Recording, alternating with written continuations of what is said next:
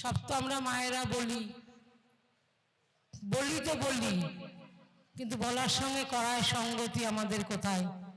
এই করার সঙ্গতির জন্য আমাদের এত কিছু। আমরা যখন কোনো একটা ব্যঞ্জন রান্না করি, তরকারি, তখন কিন্তু এক এক রকম উপাদেয় দিয়ে রান্না হয়। সেই রান্নায় মানুষের ক্ষেত্রেও তাই।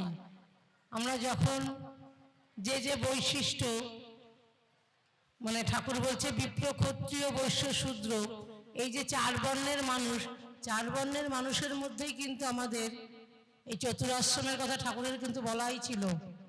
কিন্তু আমরা সেটাকে কেউ মোক্ষ করি না। এখন করছি কি, যে না কিছু না, মানুষ হয়েছি, ছেলে মেয়ে, আমি একটা ছেলে বা একটা মেয়ে বড় হয়েছি, আমাদের মোক্ষমটা কি হয়েছে, আমরা চতুরাশ্রম বাদ দিয়ে আমাদের সংসার গৃহস্থ জীবনটা আমরা প্রাধান্য করে নিয়েছি। তো গৃহস্থ জীবন তো যুগ যুগ ধরেই ছিল, রামচন্দ্রের সময়ও ছিল,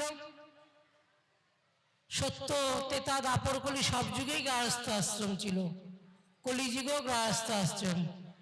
কিন্তু ব্রহ্মচর্যের কথা আমরা সবাই ভুলে গেছি, যার জন্য আমাদের ঋক্তিদাদাদের এত করে বলতে হয় যে 12 বছরে দীক্ষা নিতে হয়, 5 বছরে নাম, আর দীক্ষা নিয়ে শিক্ষা ধরিস আচার্যকে করে সার, আচয়নীর বোধচয়নে জ্ঞানের সাগর হনা পার। তো দীক্ষা নিলে কি হচ্ছে, আমরা সেই জ্ঞানের সাগর পার হচ্ছি। তো সেই জ্ঞানের সাগর পার হতে গেলে আমাদের নিয়ত যে সাধনা, দীক্ষার সময় ঋক্তিদাদা কি বলছেন, যে তুমি প্রত্যেক দিন এইটা পাঠ করবে, এইটা পাঠ করবে, করে ইষ্টভীতি মন্ত্র করবে, পড়বে, তারপরে তোমার যে স্বস্তিনী করে সে স্বস্তিনী করবে, তারপরে তুমি উঠে নাম ধ্যান করে থানকুনি পাতা জল খাও, পারিপার্শ্বিকের খবর নাও। এইভাবে যে আমাদের চলাটা, এই চলাটা কিন্তু আমাদের ব্রহ্মচর্যের মধ্যে দিয়ে এটা কিন্তু আসে। আর এটা না করে ওই যে একটা আগেকার দিনে মানুষের বলতো না, কাঁচায় না নোয়ালে বাস, পাকলে করে টাস টাস। তা আমাদের সেই এই বৃদ্ধ বয়সে, অনেক সময় মধ্য বয়সে বা বৃদ্ধ বয়সে, মা মরে তো চলে তো যাবেন এই পৃথিবী ছেড়ে কয়দিন পরে, তো এখন ঠাকুরের নামটা নিয়ে নেন, সদ্গুরুর নামটা নিয়ে নেন, নিলে আপনার ভালো হবে, আপনি পূর্বজন্মে ভালো কোথাও বসবাস করবেন। তো এইভাবে আমরা মানুষকে বলছি, দীক্ষা দিচ্ছি, ঠাকুর বলছে মন্দের ভালো, সেই মন্দের ভালোটা হয়তো করছি আমরা এখনো, কিন্তু তা সত্ত্বেও আমাদের কিছু কিছু সময় মানুষ, আমরা বলছি না কিছু ভালো না থাকলে কিছু খারাপ, এত যে খারাপ করছে কলিযুগে, তার মধ্যেও কিছু ভালো আছে। আর ভালো আছে বলেই কলির শেষ অবতার, কল্কি অবতার ঠাকুর অনুকূল চন্দ্রকে বলা হয়। দাদা একটা আমাদের মানে মানে মিডিয়ায় একটা কল্কি অবতার বলে একটা যে মানে চ্যানেল খুলেছে, এই চ্যানেলটা হয়তো অনেকেই দেখেন বা অনেকে দেখেন না, সবার কাছে তো আর সেই রকমভাবে সুযোগ সুবিধা নেই। এই কল্কি অবতার বলে যে চ্যানেলটা দাদা শুরু করেছেন, তা এইটার জন্য তার মধ্যে দিয়েও আপনি মানে দেখতে পারবেন যে সেই তারই কথা, তারই বাণী, তারই সব কিছু আমরা সেখান থেকেও কিছু জানতে পারি। তো এইভাবেই আমরা প্রত্যেকেই সেই যে আমাদের কল্কি অবতার ঠাকুর অনুকূল চন্দ্র, তার মধ্যে যে মানে অবতার যখন আসেন, সেই মায়েদের কথা বলতে বলা হয়েছে। সেই মায়েরা কেমন হয়, মায়েরা কেমন হবে, সেই মায়েদের কথা আমরা গানে বলি, কথায় বলি। কেমন করে কথায় বলি, আমি যখন দেখি আমার প্রতিবেশী মেয়েটা একটা এমন একটা পোশাক পরেছে, তখন বলি মা গো তুমি এইটা এরমভাবে না পরে তুমি মা এরমভাবে পড়তে পারো না। যদিও এখানে ম্যাক্সিমাম আমাদের মায়েদের এখানে ভালো লাগে, সবাই বেশ কাপড় পরে মাথায় ঘোমটা দিয়ে আসেন। তাই যাই হোক, এখানে এই কথাগুলো হয়তো বললে না বললে হয়, কিন্তু তার মধ্যেও বলতে হচ্ছে। তাই তখন আমরা এখন যখন বলি, তখন এরকমভাবেই প্রত্যেকেই আমরা শুধরে নিয়ে চলি। তা এরকমভাবেই মেয়েদের সম্ভ্রমটা কখন বজায় থাকে। একদিন রামকৃষ্ণদেব দক্ষিণেশ্বরে মা শারদা মণি যাবেন ঠাকুরের কাছে, ঠাকুরকে দর্শন করতে অনেক দিন পরে, অনেক আকাঙ্ক্ষা নিয়ে। তখন সেই মাকে যখন পালকি করে নিয়ে যায়, তখন সেই যেতে যেতে বড় একটা মানে কি বলে, তখনকার দিনে এখনো আছে, আমরা বলি না যে ওই জায়গাটাতে যেও না, ওই জায়গাটা খারাপ। তখন ওই মা সেই তেলোভেলের মাঠ পার করতে হবে, দক্ষিণেশ্বর যেতে গেলে সেই তেলোভেলের মাঠ পার করে যেতে হবে। তখন মা শারদামণি যখন পালকি করে যাচ্ছে, যেতে যেতে সেই ডাকাতদের সেই তেলেভেলের মাঠে সেই ডাকাত, কালু ডাকাত তার হাতে ধরা পড়ল। তখন ধরা পড়ে তো পালকি নামালো, পালকির থেকে তার সহজে মা বেরোয় না। তখন বলছে, কে যায় গো? তখন মা সারদা গম্ভীর কণ্ঠে বললেন, তোমার মা যায় গো বাবা, তোমার মা যায়। তা বললেই সঙ্গে সঙ্গে মা সারদা তো তিনি অন্তর্যামী, তিনিও বুঝতে পেরেছেন তার সহধর্মীরা, পুরুষোত্তমের সহধর্মীরা কেমন হয়, এটাও কিন্তু একটা মায়ের রূপের মধ্যে। যে বললো না মা যে আমার স্বরূপ বড় বউ হতো, তো এরকমই। তখন মা সারদাও অন্তর্যামী বুঝতে পেরে সঙ্গে সঙ্গে পালকির থেকে পা দুটো বার করছে। তখন সেই কালু ডাকাত দেখে চমকে উঠেছে যে এইরকম সুন্দর পা কার হতে পারে। তখন যেই মা সারদা পালকির থেকে মাথায় ঘোমটা দিয়ে লাল পেরে শাড়ি পরা যখন ওইরকম ভাবে বেরোচ্ছে, তখন কালু ডাকাত সেই মায়ের পায়ে প্রণাম করে বলছে, মা তুমি যে আমার মা, তুমি এই রাস্তা দিয়ে যাচ্ছ, তাই আমি বুঝতে পারিনি যে তুমি কে যাচ্ছ, তাই আমি তোমাকে এইভাবে বলেছি, ডেকেছি, তা আমার তো মাতৃরূপ দর্শন হলো। তখন সেই দিন থেকে মানে মা সারদা সেই কালু ডাকাতকে বাবা বলে ডাকতো, বাবা বলে ডাকতো।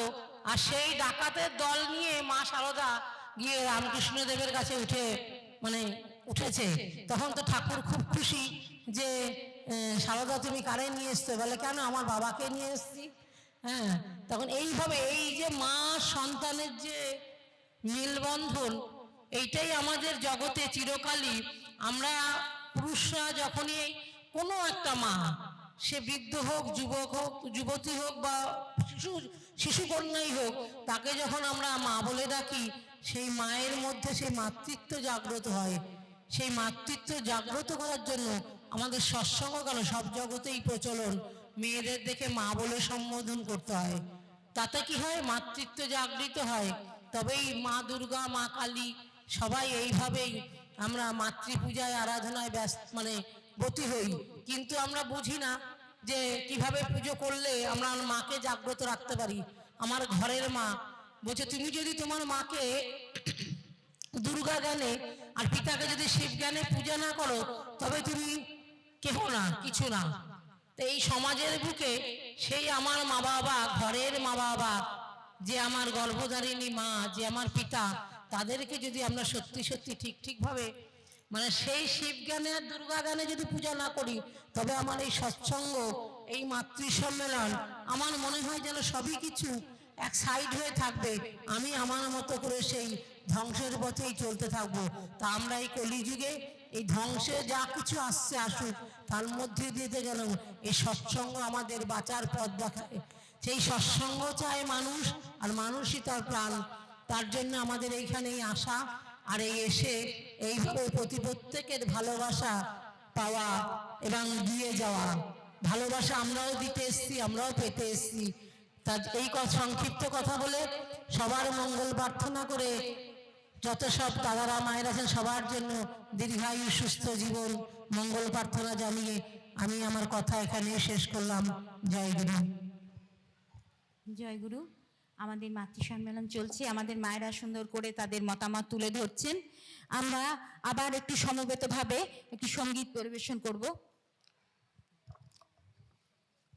সঙ্গীত পরিবেশন করছেন সন্ধ্যাশীল।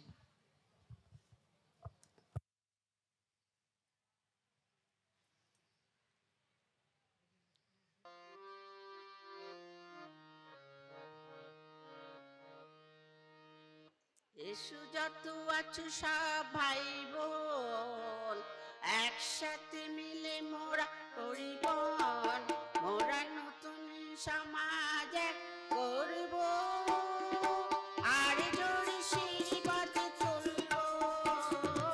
এসো যত আছো সব ভাই বোন, একসাথে মিলে মোরা করি বন, মোরা নতুন সমাজ করব, আর জোরে সেই পথে চলব। এসো যত আছো সব ভাই বোন।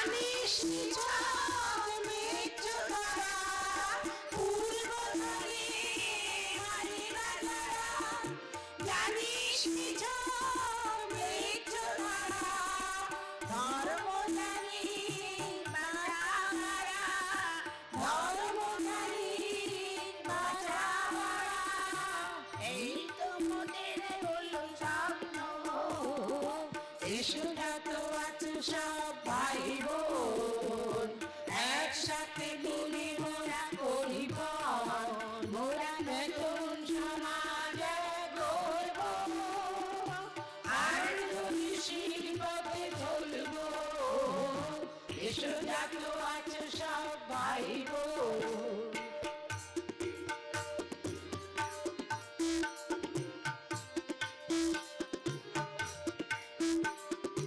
যজন যজন আর ইষ্টবিধি করলে গানে মহাবিধি যজন যজন আর ইষ্টবিধি করলে গানে মহাবিধি সস্তয়নী আর সদাচার সস্তয়নী আর সদাচার মানব